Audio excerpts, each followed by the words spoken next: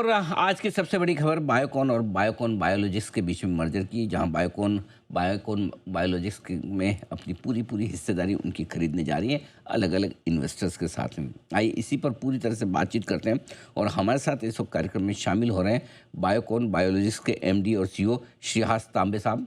तांबे साहब, good morning, बहुत बहुत स्वागत है। धन्यवाद सर हम समय देने के लिए। और सर, क्या मैं आपको बधाई दे सकता हूँ, क्योंकि जो मैं पढ़ रहा हूँ अभी आप बायोकॉन बायोलॉजिक्स के एमडी सीईओ हैं। मर्ज एंटिटी में आप पूरी कंपनी के एमडी सीईओ हो जाएंगे, राइट सर? धन्यवाद। शुक्रिया आपकी शुभकामनाओं के लिए। थैंक यू सर, बहुत बहुत बधाई।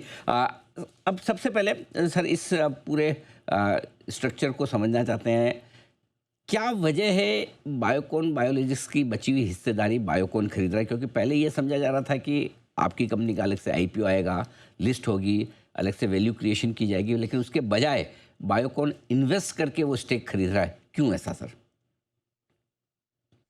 ये तो बहुत ही इम्पोर्टेंट क्वेश्चन आपने पूछा है। ये और ये आप 2022 में जब हमने एक्विजिशन करी थी वीआरएस की बिजनेस की, तभी से हमने ये डिसाइड किया था कि ये बिजनेस काफी आगे ग्रो करेगा, और वो ग्रो किया भी है। तो पिछले कई दिनों से ये बात चल रही थी कि ये जो अभी टॉप 5 कंपनियों में से बन गया है बायोकॉन बायोलॉजिक्स, तो इसको किस तरीके से इसकी जो वैल्यू हमने क्रिएट की है इसको अनलॉक किया जाए।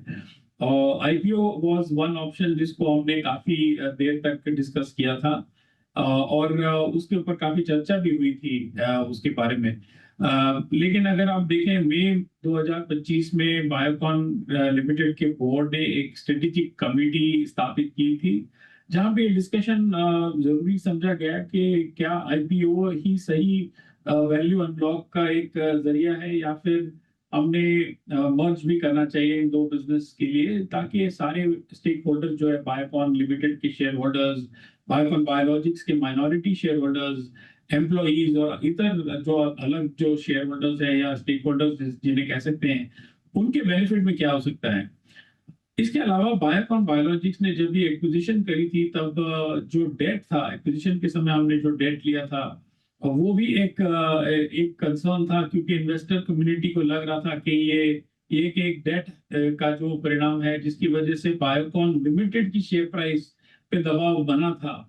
तो हम ये सोच रहे थे कि किस तरीके से इसको सुलझाया जाए, और पूरी वैल्यू जो बायोकॉन बायोलॉजिक्स की है वो इन्वेस्टर्स को देखने को मिले, क्योंकि ये बिजनेस काफी मेहनत से बनाया था। तो बेस्ट वैल्यूएशन जो अभी बायोकॉन बायोलॉजिक्स को जीत की जो वैल्यूएशन है, बायोकॉन लिमिटेड के शेयर होल्डर्स को ये फुल्ली परचेस करने के बाद मिलेगी, क्योंकि इसका जो होल्डिंग कंपनी डिस्काउंट है ये अभी पूरी तरह से निकल जाएगा। अभी होल्डिंग कंपनी 10% डिस्काउंट है या फिर 30% डिस्काउंट है, ये कोई भी अपना अंदाजा लगा सकता है, परंतु ये निकल जाएगा, और जिसकी वजह से शेयर होल्डर को एक बेनिफिट मिल जाएगा। उसके अलावा हमको ये दिखाई दिया कि बैलेंस शीट काफी स्ट्रांग हो जाएगी, जिसकी वजह से डेट एबिटा रेशियोज भी इंप्रूव होते नजर आएंगे। तो इन सब फैक्टर्स को रखते हुए, ऑपरेशनल सिनर्जीज को मद्दे रखते हुए, हमने ये डिसाइड किया कि यही सही समय होगा और यही सही रास्ता भी होगा कि हम इन दोनों एंटिटीज को साथ में लेकर के आए। ठीक बात है। ताबिल साहब, तो फिर ऐसे में बायोकॉन बायोलॉजिक्स में जो भी पी फंड्स हैं, सेरम हुआ, टाटा कैपिटल वगैरह, एक्टिव फाइन, सबकी हिस्सेदारी आप खरीद लेंगे, उसके बाद कोई पी फंड नहीं बचेगा? जितनी इन सबकी हिस्सेदारी है, तो टोटल कितनी हिस्सेदारी आप खरीदने वाले हैं? तो बायोकॉन लिमिटेड जो जो पेरेंट कंपनी है, वो ये पूरी ट्रांजैक्शन कंप्लीट होने के बाद बायोकॉन बायोलॉजिक्स को अपनी 100% फुली ओन्ड सब्सिडियरी बनाने की चेष्टा में है। तो ये पूरा प्रयास इसीलिए है क्योंकि बायोकॉन बायोलॉजिक्स जो है वो 100% सब्सिडियरी बायोकॉन लिमिटेड की बन जाएगी। बिल्कुल ठीक बात है। अच्छा, एक और चीज़ जो मैं समझा, इसके साथ ही डील का एक पार्ट ये भी कि आप माइलिन से भी जो है वो भी हिस्सेदारी खरीद रहे हैं। जहाँ तक मैं समझा हूँ, बायोकॉन बायोलॉजिक्स की जो भी हिस्सेदारी, वहाँ तो शेयर स्वैप डील है, शेयर के बदले में शेयर होंगे। लेकिन माइलिन में आपको $400 मिलियन कैश भी देना है, राइट सर? और साथ ही शेयर स्वैप भी, करेक्ट? हाँ जी, बिल्कुल सही कह रहे हैं आप। तो हमने जो डील अभी जो डिस्कस करी है, उसमें जो हमारे 3 इक्विटी इन्वेस्टर्स थे बायोकॉन बायोलॉजिक्स में, टाटा कैपिटल, ट्रू नॉर्थ और सीरम इंस्टीट्यूट, इनके साथ हमारी जो नेगोशिएशन हुई है उसमें इन्होंने ऑल स्टॉक डील लिया है। तो ये जो बीबीएल के माइनॉरिटी शेयर होल्डर्स थे, इनको अभी बायोकॉन लिमिटेड के शेयर होल्डर्स ये बन गए हैं, तो इनकी शेयर होल्डिंग है बायोकॉन लिमिटेड के अंदर। और बायोकॉन बायोलॉजिक्स में वियाट्रिस की जो शेयर होल्डिंग थी वो करीबन $1 बिलियन के आसपास थी, जो सीसीपीएस में थी। तो अभी वो नेगोशिएशन हमने $815 मिलियन में उसको क्लोज किया है, जिसमें 400 मिलियन हम उनको कैश देंगे और $415 मिलियन के जो जो बाकी की रकम है उसके उसके बजाय हम उनको बायोकॉन लिमिटेड के शेयर्स देंगे। इनका जो रेशियो है वो जो तीन इन्वेस्टर्स जो मैंने पहले आपको बताया उनको 100 शेयर्स जो उनके पास बायोकॉन बायोलॉजिक्स के हैं उसके 70 करीबन बायोकॉन लिमिटेड के शेयर्स मिलेंगे।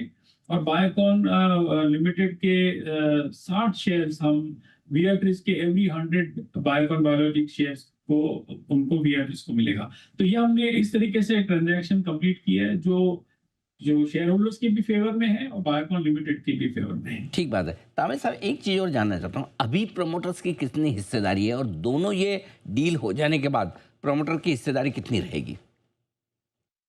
तो प्रमोटर ग्रुप जो है वो काफी इसमें काफी शेयर होल्डिंग की अभी भी बनी रहेगी, जिसके चलते जो हमने अभी आपको बताया कि जो $400 मिलियन कैश भी हम देने जा रहे हैं और ये शेयर परचेज करने जा रहे हैं, तो ये भी बहुत बड़ी एंटिटी बनेगी, जिसके बावजूद भी 44-45% की प्रमोटर ग्रुप की शेयर होल्डिंग बनी रहेगी।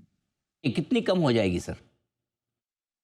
अभी वो तो एग्जैक्ट बताना मुश्किल है, बट पिछले राउंड के बाद में इट वाज अराउंड 54% के करीबन थी और अभी 44-45% के करीबन रहेगी। तो ये अभी हमारी अपेक्षा है जी, फंड रेज के बाद। तो $400 मिलियन आपको कैश लगेगा, राइट, माइलन की हिस्सेदारी खरीदने के लिए। तो क्या हाँ वो जी। फंड आपके पास में है या उस फंड रेजिंग का कोई प्लान किया है आपने? तो बोर्ड की जो मीटिंग अभी हाल ही में हुई थी शनिवार को पिछले हफ्ते, उसमें एक रेजोल्यूशन पास किया गया है कि management can raise funds through QIP, private placement, preferential allotment. ये सभी रास्ते ओपन करके बोर्ड ने अप्रूवल दिया है। हम इसको अभी लेकर के जाएंगे और मार्केट में इसका अप्रूवल लेकर के फिर डिसाइड करेंगे। तो 4,500 करोड़ का आपने क्यूआईपी के लिए अप्रूवल लिया है कि इतना कर सकते हैं, इस लिमिट तक जा सकते हैं। अब मार्केट में जो इन्वेस्टर के मन में सवाल है वो ये कि एक और पूरे मर्जर के बाद प्रोमोटर की स्टेक 8-10% कम हो जाएगी।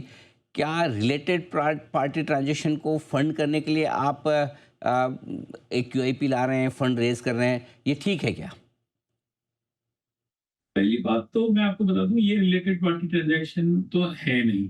तो ये जो मन में आपके अगर ये किसी तरह की शंका है तो ये मैं दूर कर दूं। दूसरी बात, ये प्रमोटर के लिए बहुत ही बड़ा निर्णय है, क्योंकि उन्होंने अपने खुद के शेयर्स को डाइल्यूट किया है किसी तरह से। क्योंकि ये प्रश्न ये है कि आप 54% शेयर होल्डिंग उस एंटिटी में रखेंगे जहां पे आपकी वैल्यू एक्स है, या एक्स से बढ़ के अगर आपकी वैल्यू होने वाली है उसमें आप 45% रखेंगे। तो अभी हम इस डील को इस तरीके से देख रहे हैं कि ये वैल्यू क्रिएट करेगी, वैल्यू एक्रेटिव होगी, ना कि ये शेयर प्राइस या शेयर होल्डिंग डाइल्यूट करेगी। तो आप जो जिस तरीके से इसको देख रहे हैं उसका सबसे इम्पोर्टेंट व्यू पॉइंट ये होना चाहिए कि जबकि आपका सबसे बड़ा शेयर होल्डर जो कि इस वक्त किरण मजूमदार शाह है, उन्होंने ये व्यू पॉइंट लिया है कि हालांकि मेरी शेयर होल्डिंग 54% से जाकर के 44 या 45% हो, ये हमारे लिए अच्छा डील है क्योंकि ये वैल्यू क्रिएट करेगा। क्योंकि बायोकॉन बायोलॉजिक्स आज के डेट में 60% से ज्यादा रेवेन्यू कंट्रीब्यूटर है, 5 नए प्रोडक्ट्स लॉन्च करने जा रहा है और उसका लास्ट क्वार्टर में ही एबिटा कंट्रीब्यूशन और भी 300 बेसिस पॉइंट से बढ़ा है। हमने आपको बताया था कि 300 करोड़ का additional PBT contribution full year 27 आपको ऑलरेडी दिखाई देगा।